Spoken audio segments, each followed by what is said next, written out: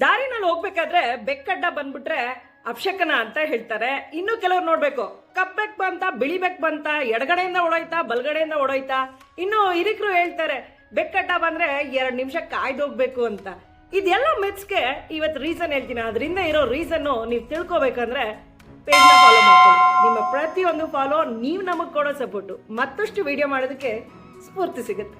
ಆಗಿನ ಕಾಲದಲ್ಲಿ ನಿಮಗೆ ಗೊತ್ತಿರ್ಬೋದು, ಬೈಕ್ಸು, ಕಾರು, ಟ್ರಕ್ಕು ಇದೆಲ್ಲ ಇರಲಿಲ್ಲ. ಕುದುರೆಗಳ ಮೇಲೆ, ಎತ್ತುಗಳ ಮೇಲೆ ಮತ್ತೆ ಕತ್ತೆಗಳ ಮೇಲೆ ಸಗಡು ಸಾಕಾಣಿಕೆ ಮಾಡ್ತಾ ಇದ್ರು.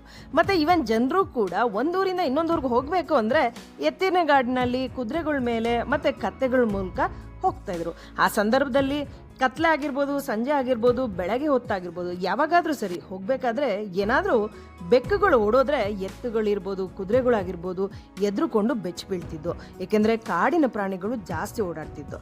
ಅದರಿಂದ ಗಾಬರಿಯಾಗಿ ದಿಕ್ಕಾಪಾಲಾಗಿ ಓಡೋದಕ್ಕೆ ಶುರು ಮಾಡ್ತಿದ್ರು. ಅದನ್ನು ಕಂಟ್ರೋಲ್ ಮಾಡೋದಕ್ಕೆ ಸಾಹಸ ಪಡಬೇಕಾಗಿತ್ತು. ಯಾರಿಗಾದ್ರೂ ಅದ್ರ ಮೇಲೆ ಸವಾರಿ ಮಾಡಬೇಕು ಅಂದರೆ ತುಂಬ ಸಾಹಸ. ಸೊ ಅವ್ರು ಏನು ಮಾಡ್ತಿದ್ರು, ಲಗಾಮ್ನ ಗಟ್ಟಿಯಾಗಿ ಹಿಡಿದು ಅದ್ರ ಬೆನ್ಸರ್ವಿ ಸಮಾಧಾನ ಮಾಡಿ ಕಂಟ್ರೋಲಿಗೆ ತಗೊಂಡು 2 ನಿಮಿಷ ನಿಂತು ಅದನ್ನು ಕೂಲ್ ಮಾಡಿದ ನಂತರ ಪ್ರಯಾಣನ ಮುಂದುವರಿಸ್ತಿದ್ರು. ಆದರೆ ಈಗೇನಾಗ್ಬಿಟ್ಟಿದೆ, ಮೂಢನಂಬಿಕೆ ಎಷ್ಟರ ಮಟ್ಟಿಗೆ ಬೆಳೆದಿದೆ ಅಂದರೆ ಅದ್ರ ಉದ್ದೇಶನೇ ಮರ್ತು ಬಿಟ್ಟು ಬೆಕ್ಕು ಓಡೋದ್ರೆ ಸಾಕು ನಿಂತ್ಕೋಬೇಕು, ಬೆಕ್ಕನ್ನ ಒಂದು ಅಪಶಕನದ ಪ್ರಾಣಿಯಾಗಿ ಮಾಡ್ಬಿಟ್ಟಿದ್ದಾರೆ. ಇನ್ನು ಕೆಲವ್ರು ನೋಡ್ಬೇಕು, ಬೆಕ್ಕು ಎಡಗಡೆ ಓಡೋದ್ರೆ ಒಂಥರ, ಬಲಗಡೆ ಓಡೋದ್ರೆ ಒಂಥರ, ಕಪ್ಪು ಬೆಕ್ಕು ಓಡೋದ್ರೆ ಒಂಥರ, ಬಿಳಿ ಬೆಕ್ಕು ಓಡೋಯ್ತಾ ಅದಕ್ಕೊಂದು ಅರ್ಥ. ಈ ಥರ ಅರ್ಥಗಳನ್ನ ಕಲ್ಪಿಸ್ಕೊಂಡು ಬೆಕ್ಕೊಂದು ಅಪಶಕನ ಪ್ರಾಣಿಯಾಗಿ ಮಾಡಿಬಿಟ್ಟಿದ್ದಾರೆ. ಪಾಪ ಅದನ್ನೆಲ್ಲಿ ಓಡಾಡಬೇಕು ಹೇಳಿ ನೀವೇ. ಆದರೆ ಬೆಕ್ಕುಗಳು, ನಾನು ಕೂಡ ನಂಬ್ತೀನಿ, ನೆಗೆಟಿವ್ ಎನರ್ಜಿನ ಅಬ್ಸರ್ವ್ ಮಾಡುತ್ತೆ. ಮುಂದೆ ಯಾವಾಗಾದರೂ ಅದ್ರ ಬಗ್ಗೆ ವಿಚಾರನ ಹೇಳ್ತೀನಿ.